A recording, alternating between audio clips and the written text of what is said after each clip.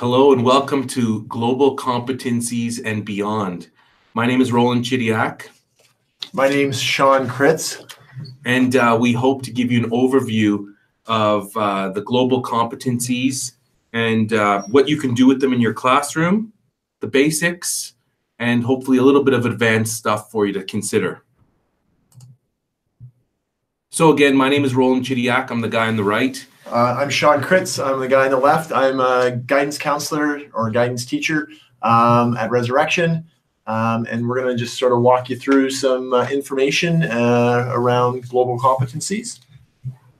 I'm a classroom teacher at St. John in Kitchener. And underneath our names, you can see our Twitter handles. So if you want to connect with us there, you can also find us on Twitter. For myself, you can find some of the work that I'm doing with global competencies. And Sean's got a lot to offer on there as well. Here's just an overview, just our description of what we plan to sort of cover around the global competencies and the deep learning framework, as well as providing some strategies around assessment and some examples of teaching practices that Rolland uses in his classroom. Our learning goals, we plan to just kind of run you through what the elements of new pedagogies is to help improve your teaching practice, as well as look at the global competencies and give you some strategies to do that assessment with your students in the classroom. What I've got here on this slide is 4 elements to help improve the pedagogies. This is actually taken from Michael Fullen, who's behind the new pedagogies for deeper learning. And these are just some simple things that lots of teachers are already doing in your classroom. But what this does is just sort of gives you a sense of what things you can do and how to improve the pedagogy within your classroom. The first one is the learning partnerships. This includes building those partnerships between the student and the teacher, as well as bringing the families into the picture, but as well as community partnerships as well, and trying to leverage some of those things into the classroom, because the businesses in the community often have lots to offer with student learning. As well as on the right, we've got the learning environments there. With technology today, creating a learning environment where students can access information, 24/7 is key, as well as creating that environment that is trusting for the students to learn in as well. In the bottom left, it talks about pedagogical practices and using evidence-based practices that help improve student learning. I'm going to show a video. And this is a video from John Hattie. And for those that don't know who John Hattie is, what he's done is he does meta-analysis and basically looks at thousands of different studies related to education. And his goal is to sort of look at what has the largest impact or what has a greater impact on student learning. And he's going to talk a little bit about something that he's found is one of the top things that has the largest impact, which is teacher collective efficacy.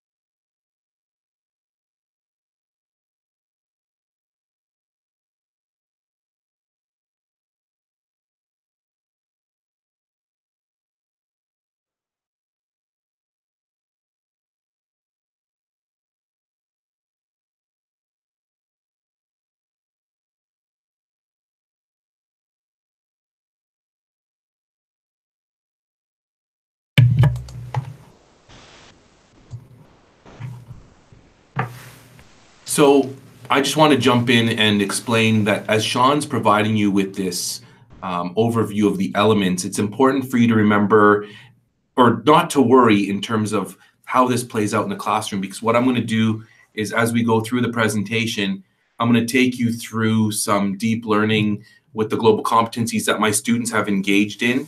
And I created a chart that will talk about the learning partnerships, the learning environment, the pedagogical practices, and the leveraging digital, and what it looked like with respect to the work that my students and I did.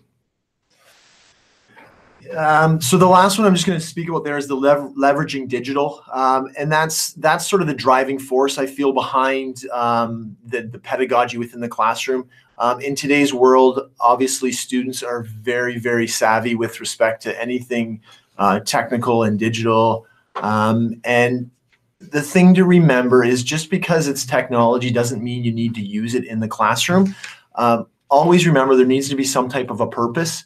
My philosophy is it's either going to increase student engagement or is it going to make my life easier, are two things I try to use with respect to adding technology or anything digital. But it is definitely a driving force, especially when you're allowed to meet students at their level with respect to how they're learning, because many of them are on the computer, they're on their phones, and those are the types of things. So this is sort of just a framework around 4 elements to try to consider when you're designing your learning environment and with respect to your teaching and your pedagogy. We're going to move on to what are called the global competencies. These are the 6 C's, as often as they are referred to. We've got collaboration, creativity, critical thinking, citizenship, character, and communication. I'm not going to dive deep into each of these. They are somewhat self-explanatory, but each one of these is linked to a rubric which explains a little bit more of how you can assess yourself around students using these skills or these competencies within their classrooms. You have to use these competencies, or an idea is to use these competencies alongside the curriculum, because you want the students to build these competencies while working together or mesh together with the curriculum. Many people can often get lost in the curriculum and the delivery of the information, but if you keep these things in mind while you're working with students and teaching them, it's been found to improve engagement as well as allowing the students to just dive deeper into their learning. And hopefully as we go on, you'll see that when I kind of flush out the 4 elements of the pedagogies with the competencies, you can see how it all comes together and how it's a great, it doesn't, you know, interfere with the curriculum. If anything, it provides like a vehicle to get through your curriculum, and hopefully we can talk a little bit about that later as the presentation plays out. This slide here, just sort of a reminder around that professional learning cycle. This is good for anything you do. You know, continue to act and observe on what you've been doing, but that whole reflection piece is very, very important. And it is sort of a cycle, and this should happen within the classroom, within your teaching, working with students. I find it very important as well to allow students to understand this learning cycle process as well, that they're going to plan, they're going to act, they're going to observe, and then ultimately that reflection piece to improve upon whatever they're doing or whatever you're doing as a teacher.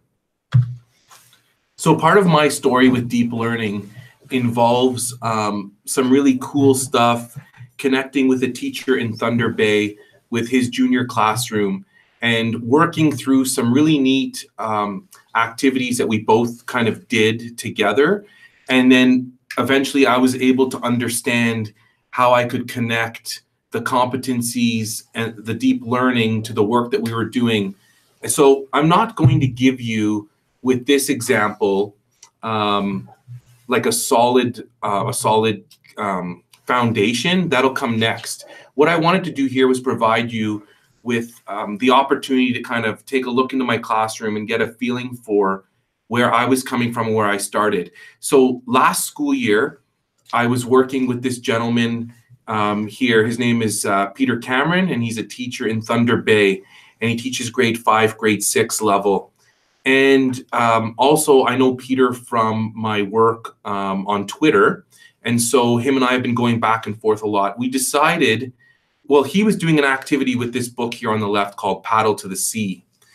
And we decided to work together and kind of go back and forth using Google Hangouts, using Twitter, to communicate our understanding of the text and some of the really cool activities our students were doing, and then the challenges that our classes would provide each other. And the reason why I'm talking about this is because my understanding, or what helped me understand deep learning a little bit better, was the work that I did with Peter and his class and the technology that I leveraged to be able to do it. So it started there. If you click on the link down below, it'll take you to a blog post that I wrote in September of 2017 about bringing down the walls of the classroom. And it'll give you an in-depth look into some of the things Peter and I did and the way that it played out. Now, this was before I really got a handle on the global competencies and the deep learning and the 4 elements that combine to make this really good stuff for kids.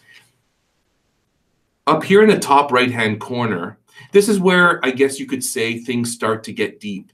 So after working with Peter and leveraging digital and looking at learning environments and thinking about the 6 C's, I was fortunate enough to be able to participate in some deep learning activities through the school board, through our system. And from there, I was able to build my capacity around the global competencies. So this year, when I started working with Peter and his class again, we were able to go a little bit deeper and to add another layer, if you will, that made the learning for the students a lot more authentic. And what Peter did was he started this program up here in the top right-hand corner called the Junior Water Walkers. It's about learning, adopting, and protecting and walking for water.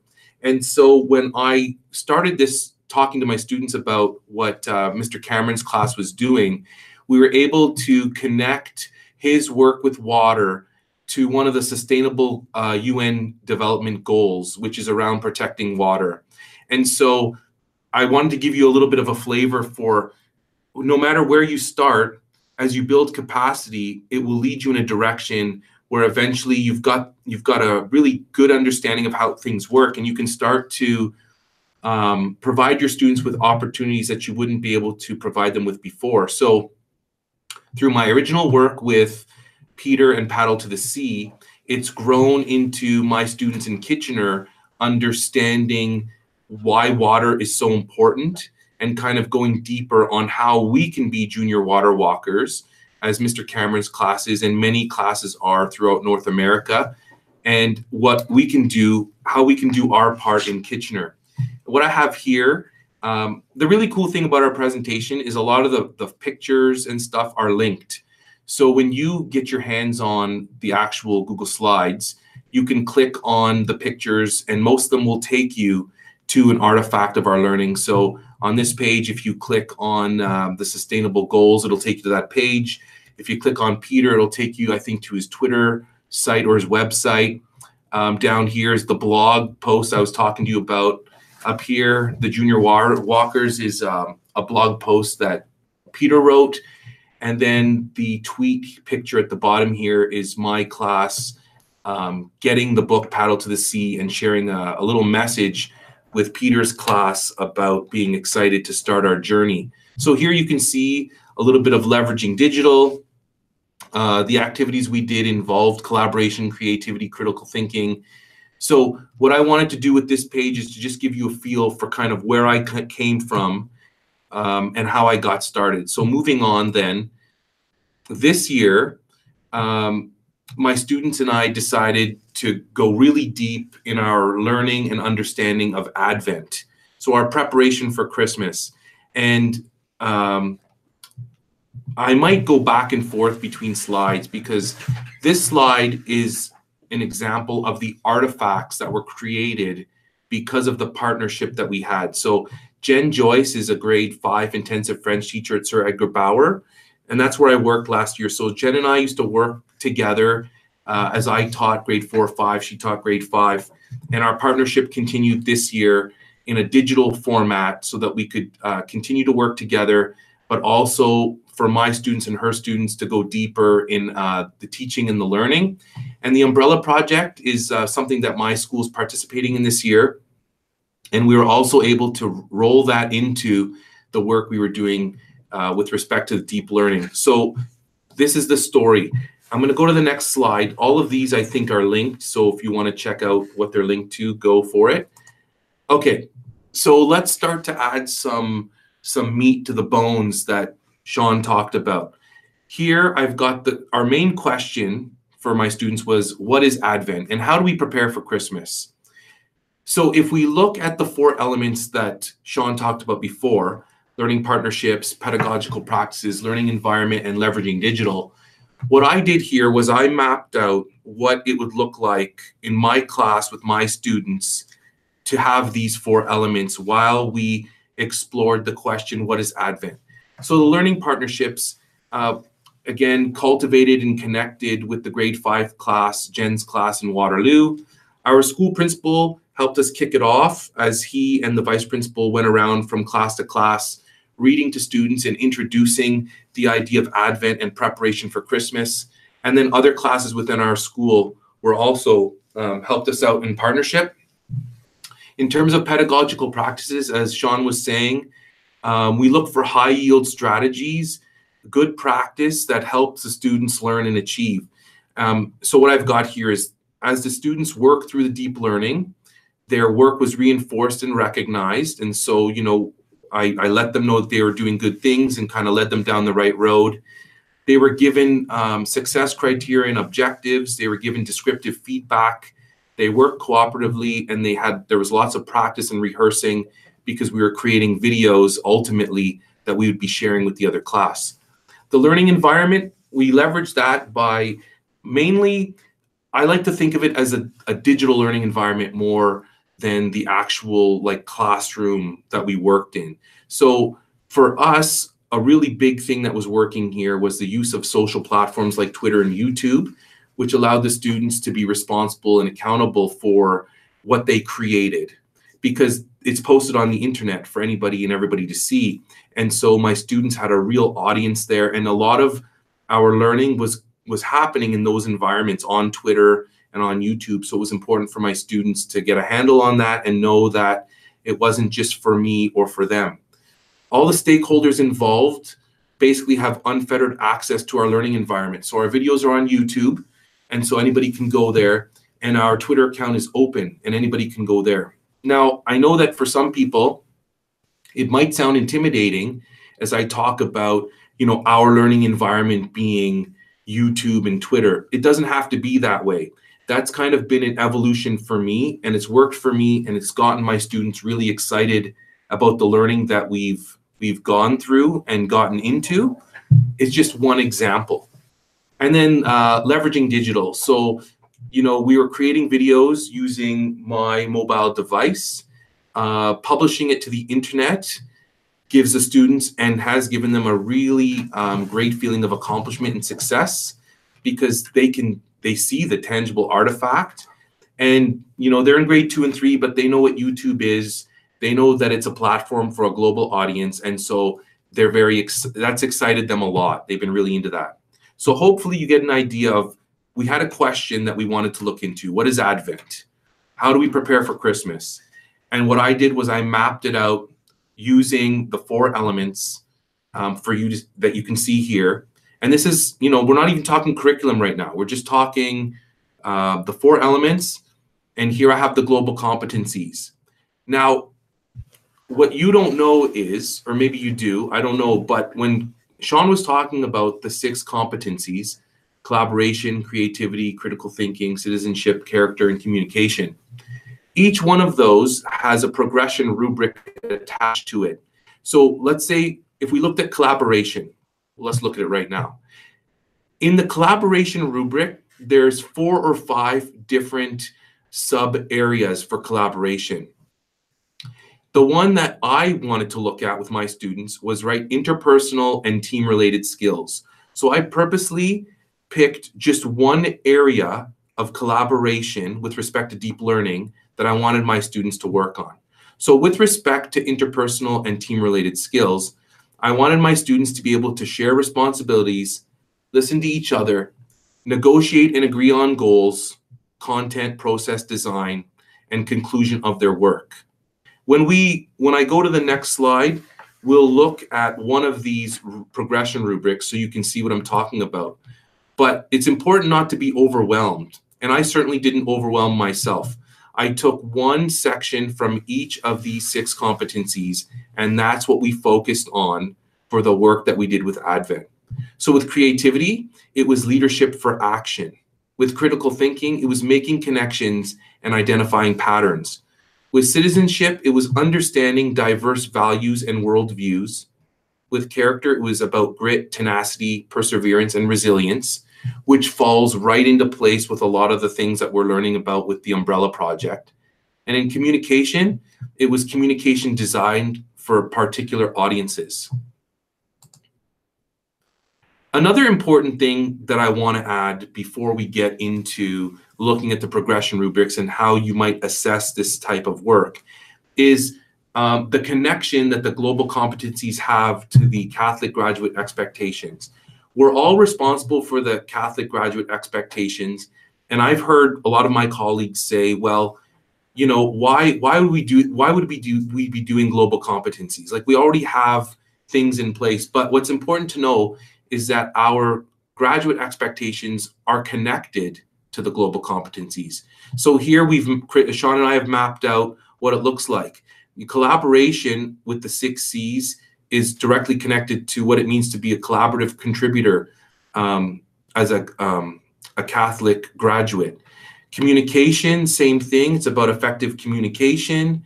With respect to character, the graduate expectations talk about being self-directed, responsible, lifelong learners, being a discerning believer and a caring family member. With respect to citizenship, the graduate expectations talk about being a responsible citizen and what that means and what it looks like. And then the graduate expectations have the reflective, creative, and holistic thinker section, which is directly connected to creativity and critical thinking with respect to the global competencies. So right away, you can see here, there's a really good fit. And so what we're doing with global competencies works very well with what we're doing to help our Catholic students as they move through the system and then graduate and move on and become great citizens. So I'm going to shift into assessment a little bit, because at the end of the day, we're responsible for assessing and evaluating our students, how they did, where they are, and where they need to go. So it's noted here that each one of the 6 C's is hyperlinked. So if you click on them, it'll take you to a progression rubric, and I'll do that for you in a second. And then underneath each one, so underneath collaboration, it says student version. If you click on that one, it takes you to a rubric that is has been created for students to be able to read and understand. And so what I'll do is I'll pick one and I'll take you through it. Let's go with collaboration. So here we get the collaboration progression. And as you can see, we have 2 on the first page and then 2 on the second page. So there are only 4. And what I did was I chose one with my students, and I believe it was the interpersonal and team-related skills. So you can see here that before you even start, you can take a look at this and you can do a self-assessment of your classroom, where you think your kids are. Do they show limited evidence of interpersonal and team-related skills? Is it emerging? Is it developing? You'll figure that out as you reflect on the criteria here and think about your students in your classroom. What I'll do now is I'll take you to a student version so you can see what it looks like for the students. And it is connected to the one for the teachers. So here we have the interpersonal and team-related skills. And again, the students can read through this. So for example, at a developing level, the student would look at it and think, do I work well with others? and our team effort makes the learning experience more successful? Do I talk and listen to my group members? Do we agree upon plans and desired outcomes of work? Okay, so this is very if my students in grade 2 and 3 can understand it, then surely, you know, people above that can understand it. And this also can be related to grade 1 students without too much difficulty. But the main thing is, if you start with the progression rubrics, it will help inform which direction you're going to move in and how things are going to look as you go through them. So that's all there for you to check out and to consider. Here we've just listed a few resources that we've used, but also that you can have access to as well, around some of those resources to, you know, help move your pedagogy and your teaching further. One thing I don't think we've mentioned, Roland, is that the link to this whole presentation will be in the notes, the YouTube notes for this this video. So feel free to access this slideshow. It will be available. All the links will hopefully be available to you as well. And the other thing, Roland just showed you a lot of information. Keep in mind, he's a bit of a rock star when it comes to teaching and around this global competency stuff. You don't need to embed all of that or infuse it all into your next lesson that you're teaching. We realize that can be overwhelming, but you maybe just try to pick one thing that you've heard from this this webinar and you know, try to do that in your next lesson. Try and move your teaching a little bit forward and try to move your kids a little bit forward. You know, just to see what your comfort level is as well. I think that's a good point that Sean made. Basically, what you're seeing from me is the work that's happening now that started. It's been going on for, you know, a year and a half, 2 years. And so you have to understand, if I go back to where I started, I can actually tell you where I started. I started with when Ferdinand Kraus was our consultant. He attended, I think he attended a deep learning workshop. And he put out this notice to the system saying that on Twitter, at this deep learning conference, if you want to call it that conference, they were going to have a Twitter chat. And they wanted to involve classrooms all over the world. And so for me, that was my entry point into really diving into all of this and trying to figure it out. Was I was already on Twitter.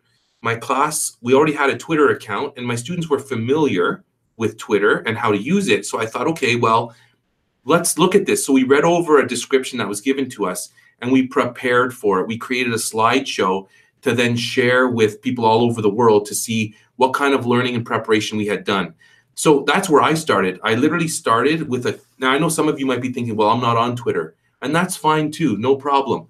I'm just telling you that that's where I started. I had no understanding of kind of the big picture, but I needed to jump in. I needed to do something.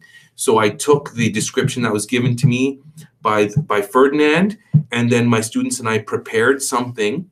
And then what we did then was we literally shared it out, and we made connections with people. And from that point forward, I started learning more about this. I attended some workshops. You know, Sean and I have been looking at what we wanted to present to you since July of 2018. So it's not like we just woke up and did this. It's taken some time. It's going to take you time as well, and that's fine. We're here to walk you through it if you need that assistance. And as you can see here, Sean took us to the next page. If you have questions or comments, please reach out to us. We're both easily accessible.